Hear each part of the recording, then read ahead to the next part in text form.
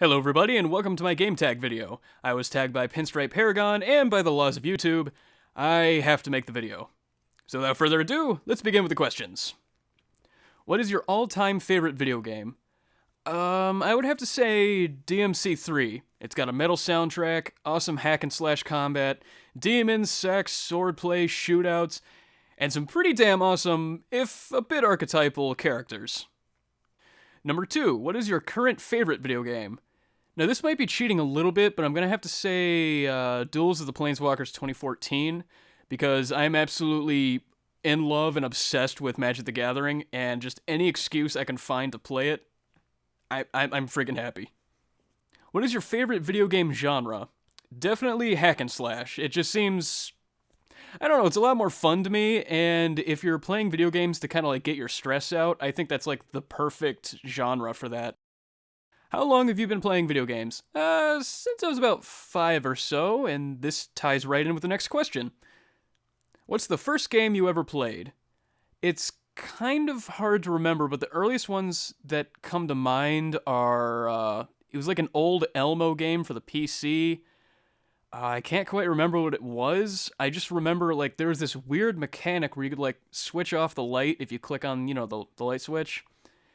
And then you wouldn't be able to do anything until you clicked on it again. You just, like, see Elmo's eyeballs in the dark, and it just, I don't know, I guess it was there for a gag, but I never really understood it. It was just kind of like, well, this is annoying.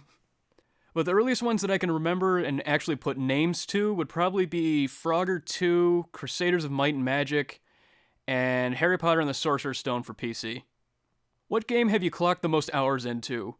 Azuric Rise of Parathia. That game was just huge. Just a huge open-world adventure. You could go to practically anywhere in the game at any time. There are a couple areas that require power-ups, of course. But other than that, it's a completely open-world game. There's tons of puzzles and everything, and like your main goal is to upgrade your elemental powers and collect the disc fragments to restore like elemental balance in the lands. But other than that, they don't really give you any hints. Like, you can find a couple, like, little hint markers. You go up there and it gives you, like, the general area you're supposed to go to get a certain thing. But I've noticed, after playing through it a couple times, he doesn't necessarily tell you everything you need to know. Like, he'll say, you need to get the Earth Disc Fragment in the Fire Realm in so-and-so spot. Okay, that's cool, but you go there, and you notice there are all these things that you don't have the upgrades for in order to get to that particular spot or get past that certain enemy, something like that, which causes you to travel all across the world looking for that stuff. And there are also a couple puzzles, like I remember a crystal puzzle where occasionally in your journeys you would find a couple crystals, like a couple chambers with big-ass crystals in them. You'd hit them with the right elemental power, and then you'd hear a little song play, and when it got to a certain note, it would be a lot louder, and the crystal would glow.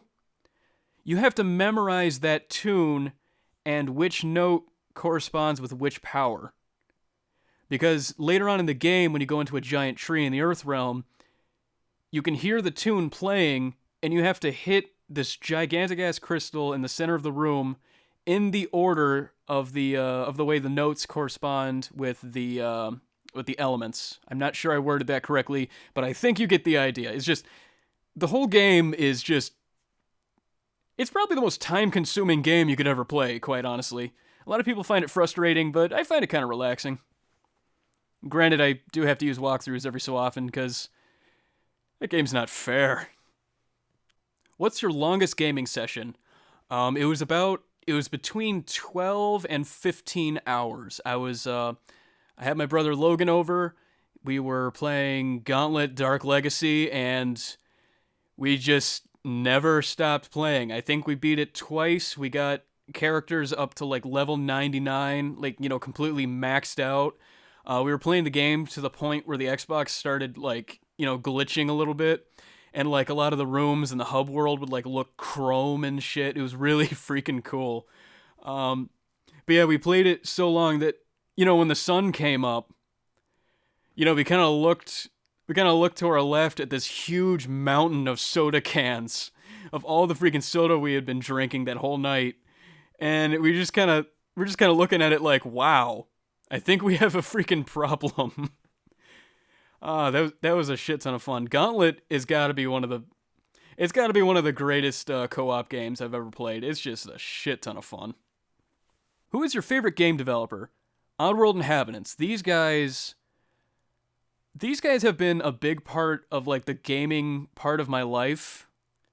Like when I first got the Xbox, I got Munch's Odyssey like the next day. That was my first Oddworld game.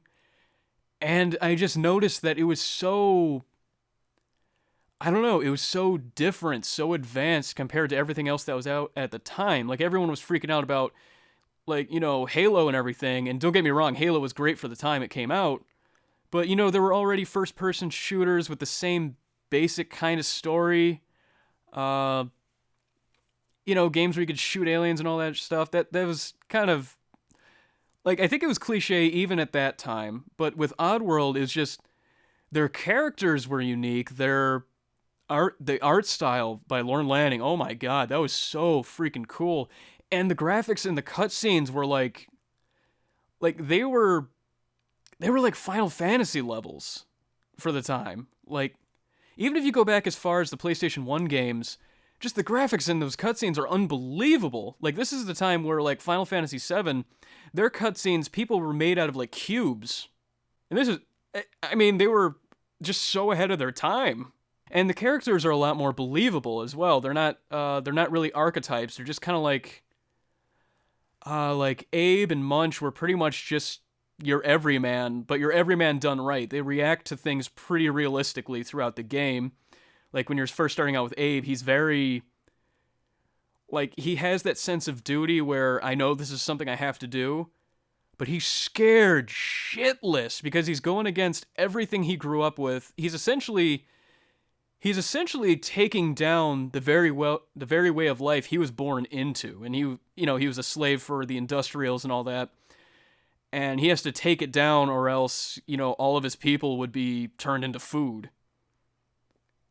And he reacted the way I think people would react in real life. It's like, okay, I'll go do this thing, but initially your reaction is, you want me to do fucking what? Just, do you have anyone else on the roster? Anyone else? Are you sure? Shit, okay, I'll go do it. Tell me what I gotta do. I'm gonna die. I just like Oddworld's unique style. Who is your favorite hero character from a game? This is kind of interesting coming off of how I was talking about Oddworld, how they do their characters. Their characters they're not really archetypes, and I like that. So I kind of find it funny and ironic that one of my favorite characters in a video game is, like, a really, like, I'll admit it, it's kind of a lazy archetype, but for some reason I'm really drawn to this character. It's Dante from Devil May Cry. Not that one. That one. He's kind of your typical anime badass where everything that comes his way, all these giant creatures, like, there's a scene in Devil May Cry 3 that I think tells you everything you need to know about his character. In Devil May Cry 3, there's a scene where he's going into the big-ass demonic tower, and he goes in the front door, and before him stands the freaking gatekeeper, which is an ice-covered Cerberus that's he's got this really deep, booming voice, huge, terrifying dog faces and all that. And he's just, like, trying to intimidate him to, you know, leave and all that. He's like, how dare you enter our realm, human? That usual speech. And he's just sitting there, like, making all these lame dog jokes. Like, he's calling him Fido. He's kind of like going, oh, you want to go for a walk? Come here, boy. Come here. And it's just like this big, towering demon dog. It's just, I don't know. I like that cockiness. I like that I know I can kick your ass, like, without breaking a sweat kind of attitude. I like that in a video game character. I think it's really freaking entertaining. There's not a lot of depth to it most of the time, but it's just fun for me. Who is your favorite villain? Well, it's kind of fitting. He's also from Devil May Cry 3. That would be Virgil, Dante's brother. He's tragic, calm, cool, calculating, and surprisingly intimidating when he wants to be. You're not worthy as my opponents. Who is your most hated character of any game? Freaking Sora from Kingdom Hearts. He's happy-go-lucky, no edge to him, no real conflict, no moral grays, goody two-shoes, and is the main focus of the game when there's a much more interesting character right fucking there. Oh, I hate his guts so much. What gaming systems do you own? I have an Xbox, an Xbox 360, a PlayStation 2, my laptops, if those count, and a PSP, which is unfortunately broken. What was your first game system? If I recall correctly, I believe it was the PlayStation 1. Played a lot of Spyro on that. What's your favorite gaming system and why? That would be the original Xbox, actually. It just has a lot more games on it than I like than any other system, and the graphical capabilities, given the time it came out, are actually pretty damn amazing when you think about it. Though, to be fair, a lot of the games that came out on Xbox didn't quite live up to that potential. Let's just be honest with ourselves here. Except Munch's Odyssey. That game's fucking cool. Do you prefer to play guy characters or girl characters? To be honest, it just depends on the individual character. But generally I play female if it's a make your own character kind of thing. Do you follow walkthroughs or do you play through on your own? I prefer to play on my own. I only use walkthroughs if I'm doing a let's play and it's a game that it's too cerebral for that kind of format. Like point and click adventure games with oh god, I'm trying to think of an example. You know, if I were to do like Myst, I would definitely be using a walkthrough because I can't record hours and hours and hours on my computer, wasting all that space just like walking around not knowing what to do. That's really the only situation I would ever use a walkthrough. Have you ever been to a gaming convention? Nope. Not the biggest fan of crowds of people. Me and people don't mix. What game are you most excited for to come out in the future? To be perfectly honest, I'm not too excited about newer games in general. Just anything that's come out in like the past, I don't know, like 4 or 5 years. I haven't been that excited for. Just nothing's really caught my interest. Like the style of games that I loved and grew up with, they just don't really come out anymore. There's very, very few new games that I'm even like the slightest bit interested in. That's kind of why in my channel I play like all these older, obscure games, because those games are the only ones I really like, that I really, really get into. But if I had to choose, I guess I'd say like Kingdom Hearts 3. That looks exciting. What's your best memory of a video game? The first time I beat Mission 20 in Devil May Cry 3. I remember when I beat that, I was, I can't remember. Either I had the day off of school or I was sick or whatever. My mom took me to her office and there was a TV in there, which was cool and convenient. So I brought my PS2, I brought Devil May Cry 3, I had made it to Mission 20, and I could not for the life of me beat Virgil. He kept whooping my ass time and time again. I just could not get it. But while I was there, after about, 20 or 30 tries, because for some reason, I didn't bother to get a lot of blue orbs, so pretty much any time I got caught in one of his combos, I was dead. But after all that trial and error, I finally beat him. I got to see the awesome ending to that game, and just my face lit up like a freaking Christmas tree. I was so happy. What's your worst memory of a video game? Oh, jeez, that has to be Dracula 3. Just Dracula 3 altogether. It's boring, it requires too much outside information, and, spoilers, Nazi vampires. I actually had to stop my Let's Play of it because, well, A, tech issues, because my computer wasn't handling Let's Plays that well to begin with, and that game, it's graphically pretty sweet, actually, but just, ugh. But yeah, my computer couldn't handle that, and the recording software, and Audacity. It was just too much for it, and I had to stop. But, and the other reason I had to stop was just the game just sucked the life out of a game series that I loved. The first 2 Dracula games are, I don't know, like I played the first 2 Dracula games with my mom when I was growing up, whenever like we had a really bad week. Like, neither of us really knew what we were doing at the time, but it was just kind of a nice game to watch and chill out to.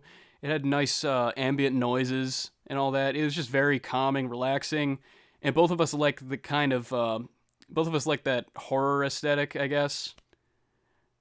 You know, I kind of grew up like I think I first watched The Shining when I was freaking 5, so you know that's kind of what I grew up with. Um, but yeah, and I mean the puzzles in the original 2, they were very like a lot of them were very intuitive. You could figure them out if you kind of followed your gut and you paid attention enough.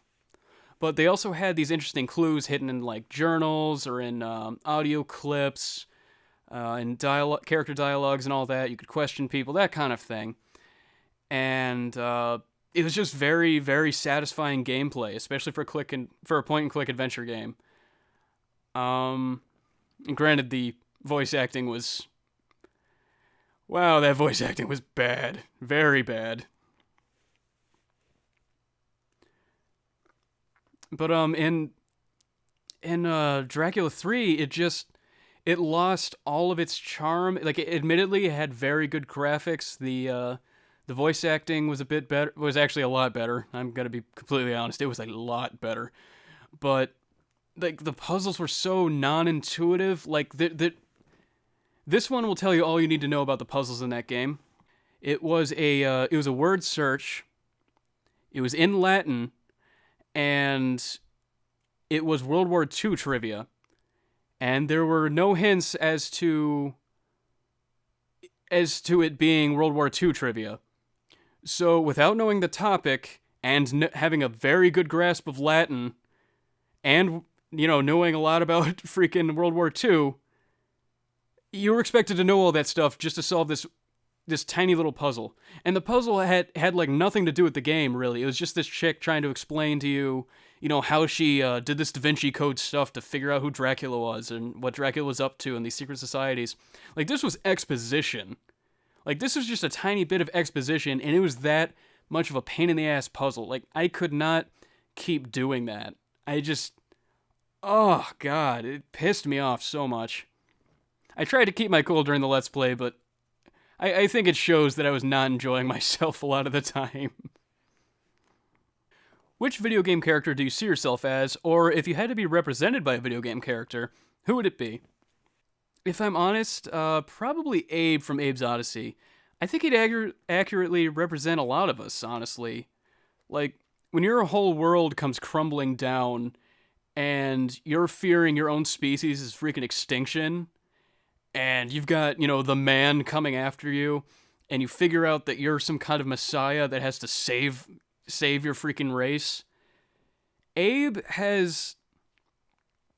probably has the most realistic reaction to that. It's just this sense of fear and awe, and just he's going up against something much, much bigger than his kin. Like he doesn't think there's any possible way he could take this on, but he does have that sense of responsibility where these are my brothers, these are the people I grew up with, this is, my species. I have to do something. Well, someone has to do something, and it seems like I'm the only one that can, according to the shaman guy. So, if I'm gonna die anyway, I may as well try. But that doesn't mean I'm not scared shitless. Like, if you look at Abe's reactions to a lot of these things being exposited to him, he's just looking at it like, oh my god, what is this? Why? Why me? Do you guys have anyone else? Please. Kind of went over this in another question, but yeah, I think I would react probably the same way. I don't think I would get as far as he did, quite honestly. I don't think any of us would. But with that, when he started completing those trials along his journey, and he started gaining, like, that scene where he gained the power of the Shriekle, or the Sheekrel, whichever, I prefer to call it Sheekrel. When he gained the power of the Sheekrel, and, he transformed into it for the first time, he just looks at his hands for a second when he comes back, and he just gets that sense of confidence, just like, yes, I can finally freaking do this, bring it on. Just that one little turning moment, that one beat change in the story, Like, I don't know, I connect with that a lot, I guess. Like, I think I would have a similar reaction if I was given that power to do what I needed to do, just after all those trials and tribulations. I think he's a very, very relatable character. And that's part of the reason I just love Oddworld games. Alright guys, that does it for my game tag video. Hope you guys enjoyed. Like, comment, subscribe, all of that good stuff if you guys did. But before I go, I'd like to tag TheGentleBro, KillinPixels, Matt from Game Bomb, and earthtolydia. Okay guys, see you in the next video.